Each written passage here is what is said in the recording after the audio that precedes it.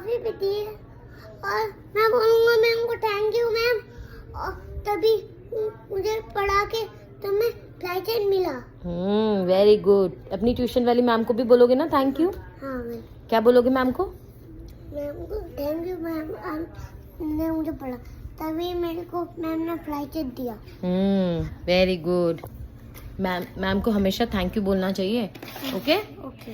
जो आपको पढ़ाते हैं ना, तभी तो आपको प्राइज मिला है। हाँ, कितना ज्यादा पढ़ के मुझे फ्लाई चार्ट मिल गया। हाँ, और अच्छे से पढ़ना है। अब आपको फर्स्ट आना है। ओके। और मैंने बोला कच्चे कबूतर, कच्चे खरगोश, कच्चे गमला, कच्चे गल अलंग खाली, कच्चे चम्मच, कच्चे छतरी, कच्चे झाड़, कच्चे छतरी, कच्चे कच्चे कबूतर, कच्चे तलवार, कच्चे छुट्टू। बस बस बस बस बस, चलो बाय बोल दो। Bye guys.